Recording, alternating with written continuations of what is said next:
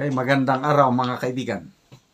Ito, sa wakas, ang Philippine government, ang national government, nagbigay na ng financial help sa mga kawawang biktima ng Marawi bombing last December 3. Ito, pakinggan natin itong balita ng ANC. Government extends aid to the victims and families of the bombing in Marawi City. Bangsamoro Chief Minister Ahod Ibrahim and Presidential Advisor for the Peace Process Carlito Galvez Jr. visited the victims in various hospitals. The Bangsamoro government distributed cash aid for the victims under its Critical Assistance Program for Indigents. The families of two victims who died were also given 50,000 pesos each. Galvez and Ibrahim assured the victims and their families they will continue to provide aid for their medical and basic needs. Other news, around 40 volunteers. Okay. So, salamat sa BARM administration and of course to our Peace Process Advisor General Galvez at nagbisita na doon at nagbigay. Kailan tanong, ang report is 4 ang napatay. Yun ang report. Bakit 2 lang ang binigyan ng assistance? Nasaan yung 2? Kawawa naman yung 2. Sa akin, yung mga sources ko sa Marawi, yung mga faculty members doon, nakakuha ko ng listan 11 ang pangalan ng namatay. So I don't know kung alin talaga ang totoo, 4 ba o 11. Anyway, 4 man o 11, sana mabigyan lahat ng assistance itong kawawang biktima ng Marawi bombing. Ang tanong, ang Speaker of the House, Martin Romualdez, na grabe ang paggalaw, grabe ang sipag, halos lahat tinutulungan. Bakit ngayon tahimik na tahimik si Speaker Romualdez pagdating dito sa Marawi bombing, lalo na sa pagbibigay ng tulong? Kasi kung maalala ninyo, nung pumutok yung gera sa Israel-Gaza, merong 4 nating kababayan na namatay doon, mga OFWs. Nako, napakaganda ang ginawa ni Speaker Martin Romualdez. Sumalubong at nagbigay ng malaking assistance. 500,000 pesos ang ibinigay ni Speaker Romualdez sa bawat pamilya, yung 4 na namatay. Malaking tulong po yun sa mga pamilya. Kasi alam nyo naman, ugaling Pinoy, basta may namatay, ihaya mo ng matagal-tagal, 1 week. So, gagastos ka talaga dyan sa pagkain, pakape.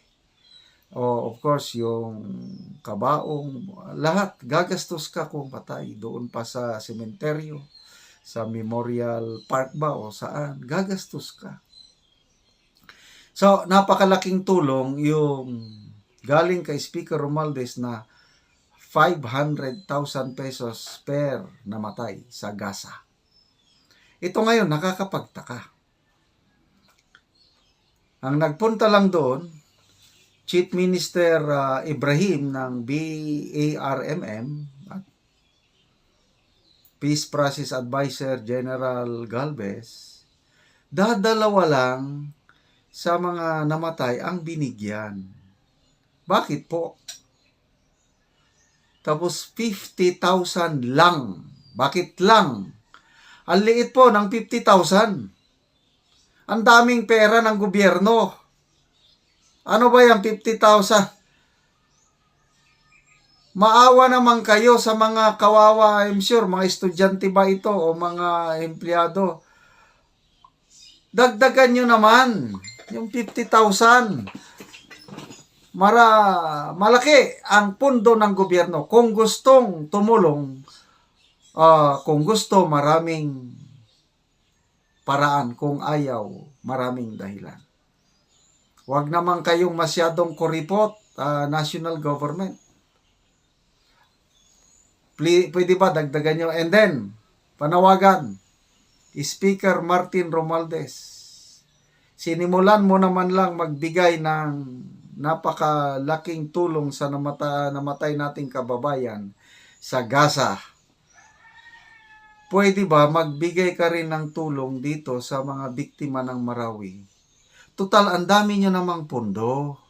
Dito nyo na ipakita yung kalimutan na lang muna natin ang politika. Magkaisa tayo sa pagtulong sa mga biktima at magpapasalamat ako. Pupurihin kita, Speaker Martin Romualdez, kung bukas makalawa, mai-announce na sa social media pa o mainstream media, malalaman na nagbigay ka. Please lang, pwede ba ipantay-pantay ang tulong? Huwag magbigay ng 50,000 din. Total, ang dami naman ng inyong pundo. Bilyon-bilyon na inyong pundo sa Kongreso. Ito na. Pakiusap, Speaker Martin Romualdez. 500,000 ibigay mo. Papalakpakan ka namin. Papasalamatan ka namin. And of course, hindi lang yung namatayan. Ang dami ring mga sugatan. I think more than 40 persons ang nasugatan. Bigyan nyo rin. So, ito na, next question. Magbibisita kaya si Speaker Martin Romualdez sa Marawi? Ano sa tingin nyo? Tingin ko, hinihintay niya ang Pangulo. Kasi kung mauna siya doon, masapawan niya ang Pangulo. Kailan sinapawan niya na ang Pangulo sa pagbisita niya sa Spratly, sa Kalayaan Island Ang Commander-in-Chief hindi pa nagbisita. Kaya ang Speaker of the House nakabisita na. So, pwede ba, Speaker Romualdez, sapawan nyo ng Pangulo? Mahina ang Pangulo. Kayo na lang ang pupuno sa kakulangan ng Pangulo. Natutulog pa ata. I don't know, may sakit ba? May COVID? Bisitahin nyo ng Marawi. Huwag kayo matakot. Ang daming sundalo doon Ito, analysis ko lang ito. Most likely, tatahimik na lang ang Speaker of the House pagdating sa tulong kasi ayaw niyang ma-highlight yung Marawi bombing kasi kapalpakan ito ng PBBM admin. Yan ang nakikita ko. Ayaw nilang mapasama ang image ng administrasyon ng kanyang pinsan. Kaya tahimik. It's a failure of intelligence itong Marawi bombing. Maha-highlight ngayon yung billions of pesos na pundo ng Office of the President. Bakit walang intelligence report para pigilan sana ang Marawi bombing? Saan napupunta yung intelligence and confidential funds ng Pangulo? Oh, yun, di ba? Useless. Kaya kapalpakan ito ng PBBM admin. Kaya yan ang rason kung bakit tahimik ang opisina ng Speaker of the House pagdating yan sa Marawi bombing. Plus the fact na palpak ang kanyang pinsan, palpak ang Pangulo dahil hindi man lang nagsasalita, tahimik. Inuna pa ang kasal. Grabe ang Pangulong ito. Nag-post lang sa kanyang social media, I condemn the terrorist bombing in Marawi perpetrated by foreign terrorists. Ano ka dyan? Anong tawag sa Bisaya? Pataka-taka. Pataka-taka. Yung hindi nag-iisip. Kulang sa attention to detail. Mali-mali pa. Yun lang ang tanging action niya, yung Marawi bombing. After that, wala na. Tahimik na. Bakit? Nag-attend ng kasal. After na-attend ng kasal, nagkasakit. Muntik na daw natuluyan, sabi ni Maharlika. I don't know kung anong sakit. Basta hindi ako naniniwala na ang Pangulo may sakit na COVID. Palusot lang yun. So, kailan magpapakita ang Pangulo? O baka ito, Pag nagbisita ang Pangulo, example, bukas, magpakita ng Pangulo. Pag bisita ng Pangulo, yan. Sigurado, bibisita si Speaker Martin Romualdez. Ano sa tingin nyo? Para, ayun, media coverage na naman. Malala ko yung kanyang pakulo sa Cebu.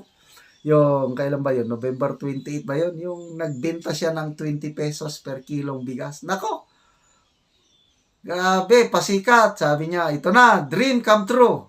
Ito ang prueba na kayang tuparin ang pangako ng Pangulo. O yun, nagbenta, nagkilo-kilo siya. The following day, wala na yung programa. Stop. Bakit?